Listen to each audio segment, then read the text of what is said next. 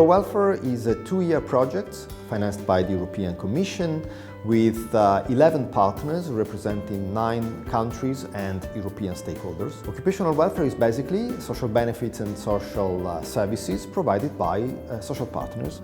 The idea is that this is a sort of hidden part of the welfare state in many European countries, and the interest we have in the topic is that basically this is part of the European social model to many respects, and it's interesting to see, especially in the wake of the crisis, if the crisis and the, I would say, broader political and economic conditions have destabilized this part of the welfare state or not. I think it's very important to keep in mind that some preconditions have to be fulfilled for the well-functioning of occupational welfare, such as the existence of strong social partners, both on employees and employers' side.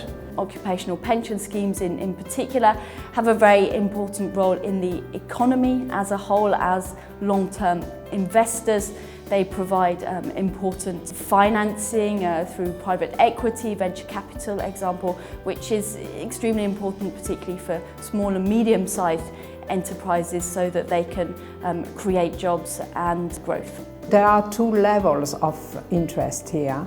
The first one is the role and the competencies of the social partners to act at occupational level, and what kind of welfare system do we want to have in Europe today. The spending data reflects on past developments, especially because occupational pensions are so important. So when we spend X% of GDP today, it's not necessarily today's policy, but it might be yesterday's collective bargaining agreement that trigger spending today. As a reaction to statutory schemes, these enterprise associations started up and continue to remain strong, especially at the sectoral level.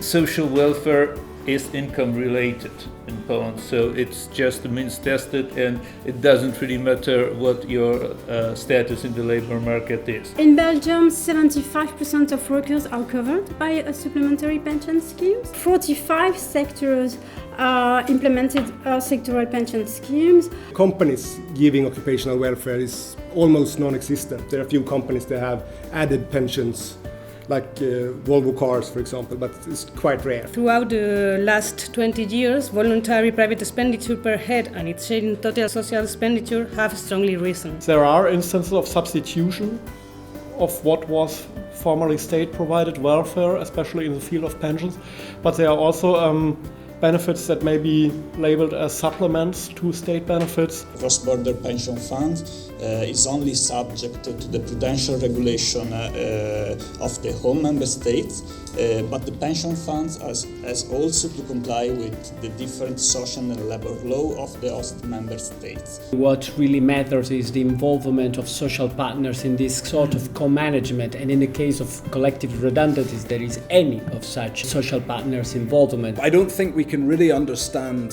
what the social partners have done without knowing something about those kind of norms of interactions, about path-dependent logics of institutions that have been created at some point in the historical past, that still exist.